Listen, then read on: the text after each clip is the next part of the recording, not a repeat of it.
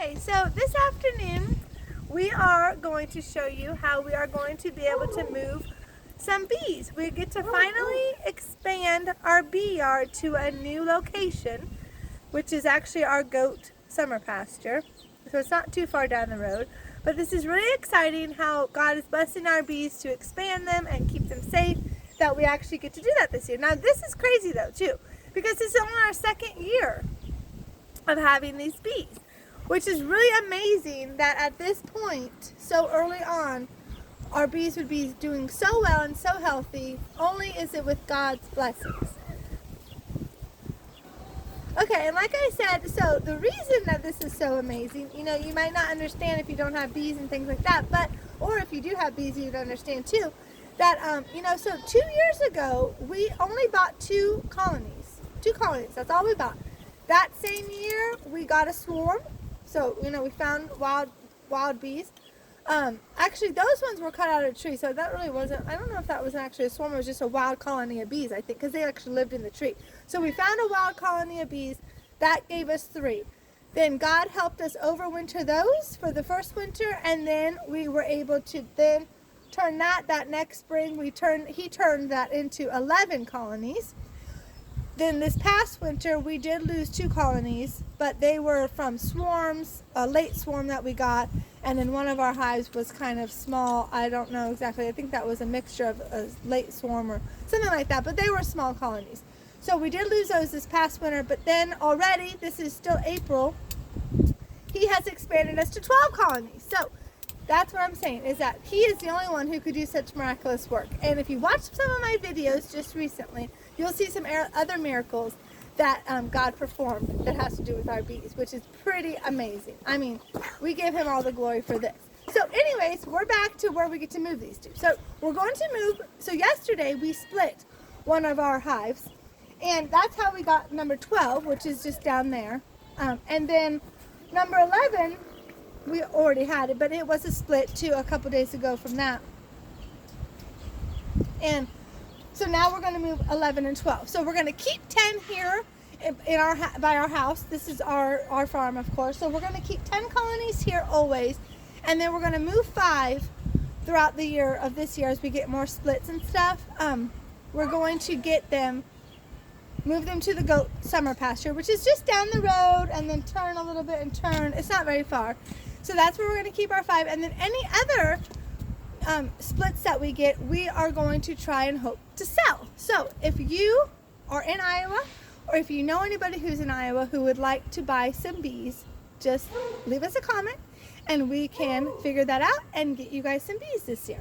So what we're first going to do is in order to move a hive, and that's another reason we're moving small hives. We just want to really do the one box. I suppose you could move taller ones, but it's going to be trickier. So we're just starting off small ones. Now number 12, yesterday when we split that, hold on one second. Okay, so sorry about that. But so number 12 hive, yesterday when we split her, we gave that one the queen from that existing hive.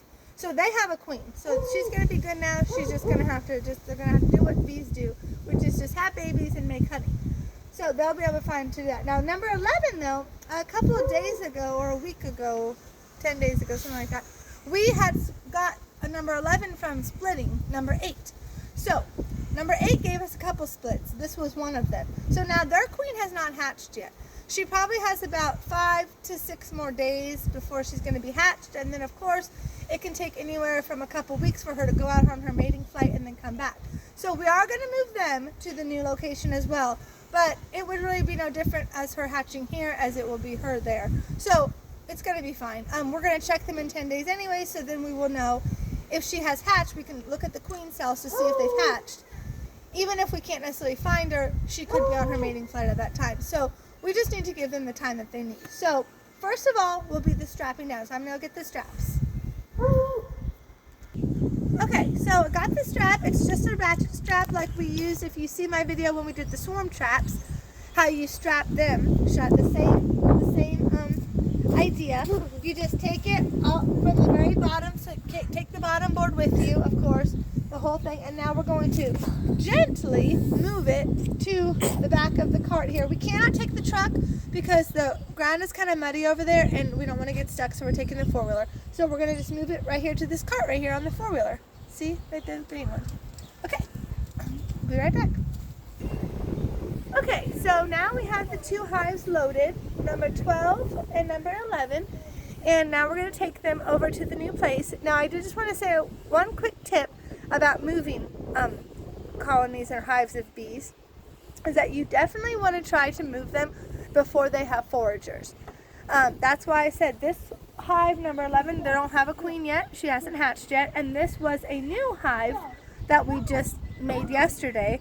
So they don't have foragers yet either. Because if you move the hive with foragers, which the foragers are the ones that fly out, get the nectar, get the pollen, come back, you know, they're foraging, right? If you move their hive too far, they're not going to know how to come back to that hive, right? So you don't want to probably do that. So move them before they have their foragers, because then when these foragers hatch and are ready to be foragers, they will make their orientation flights where they are, and then they will know always how to come back home. So just a little quick tip, not to move them like that hive over there. Those couple, see how big they are, look how many bees. Those are all foraging bees, right? If we were to try to move that big hive, first of all, it would be heavy and hard because there's so many bees. But also think about how many bees that hive would lose because they would not be able to go back home.